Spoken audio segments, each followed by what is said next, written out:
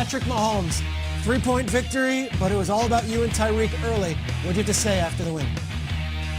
And that's a really good football team with a lot of talented players. And so we played well enough to win. I still think there was times offensively we could have been better in the second half and in the red zone we talked about. And then defensively, they're going to want to try to continue to get better and better each and every week. And that's a great thing about football and the NFL is you build and try to execute and be the best at the end of the season. Guys, he threw for 359 yards in the first half. That is the most in a first half since like 1978. Tyreek Hill and Travis Kelce are now first and second in receiving in the NFL, which is absolutely crazy, insane. Nate, what stood out to you? What was the most impressive part? That they were unstoppable, and that connection between Patrick Mahomes and Tyreek Hill is phenomenal. And let me mention this. Carlton Davis, he might have had a long day, but a few of those throws, he was in perfect coverage as a DB. So, Carlton, hold your head up. Your coach didn't put you in a good position. A couple of times he had you one-on-one with the fastest dude in the world, and he might be the fastest guy in the world. And that's what stood out to me, is that Carlton Davis could be in perfect coverage. Patrick Mahomes can throw the perfect ball, and he's throwing it to the fastest receiver. So even if you think you're in a good situation, even if you think you have a decent game plan, they're going to quick strike you, and it's a wrap from there.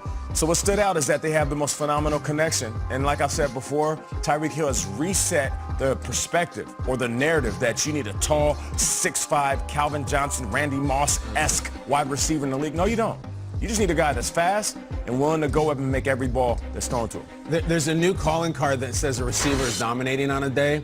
And it's not a meme or a GIF or a Nance and Romo. If you see the word flipper trending when a wide receiver is going off, that means they're going ballistic, because that means that Flipper Anderson's record for single game receiving. I've seen it a bunch. It happened with Julio when he had 300 yards, and it was just see Flipper over on the trending top. It says Flipper had 336 yards in 1989.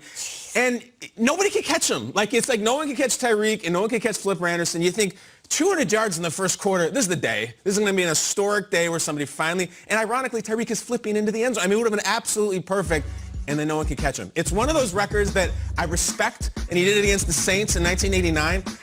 But I want it to be broken. It's time. We're in a passing era. We're in the era of these freaks and DKs. It's time to run down Flipper. I think this guy's going to do it. I think he could have done it if they set out to break the record. Just the game plan went other plays, and they kind of slowed him down. But this moment right here, doing a flip, should have been the Flipper day. He got the how they didn't get the record. I mean, perfect. All you need is a Dolphin and Paul Hogan, Peter. That's all that was missing. Let's go. That was good. DiMaggio's 56 games and the Flipper Anderson record. Yes. It's unbreakable. Let's break that thing. Mahomes is really good, but what always stands out for me is they always have the pedal to the metal. They don't ever let up. A lot of teams play it safe at the end and get a little nervous.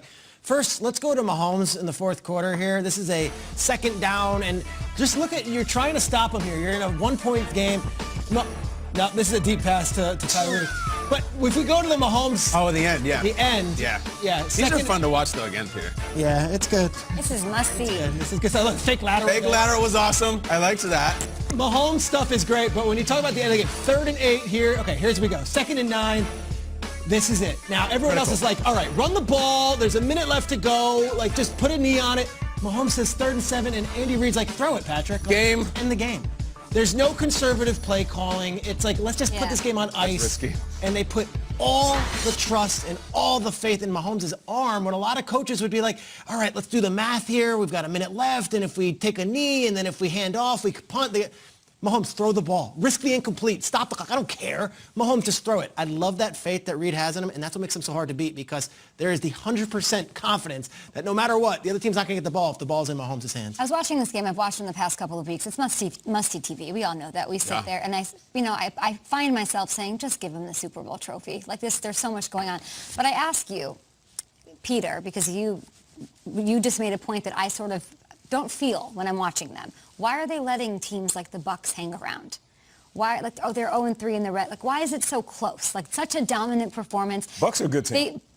They squeaked by the Raiders. The Panthers even. It's why is it so, isn't it kind of weird that it's so close at the end? By the end, I think it's a little weird. Yeah, look, I don't think they're looking to be the #1 ranked team in college football. They're winning. I don't think they care about their points.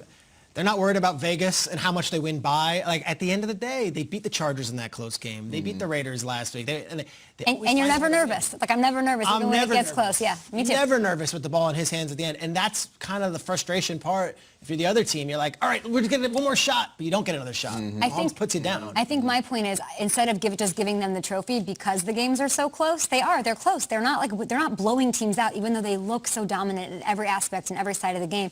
It's not going to be a cakewalk in the AFC, and I'm here for that. Well, you have to imagine, how did they win the trophy in the first place?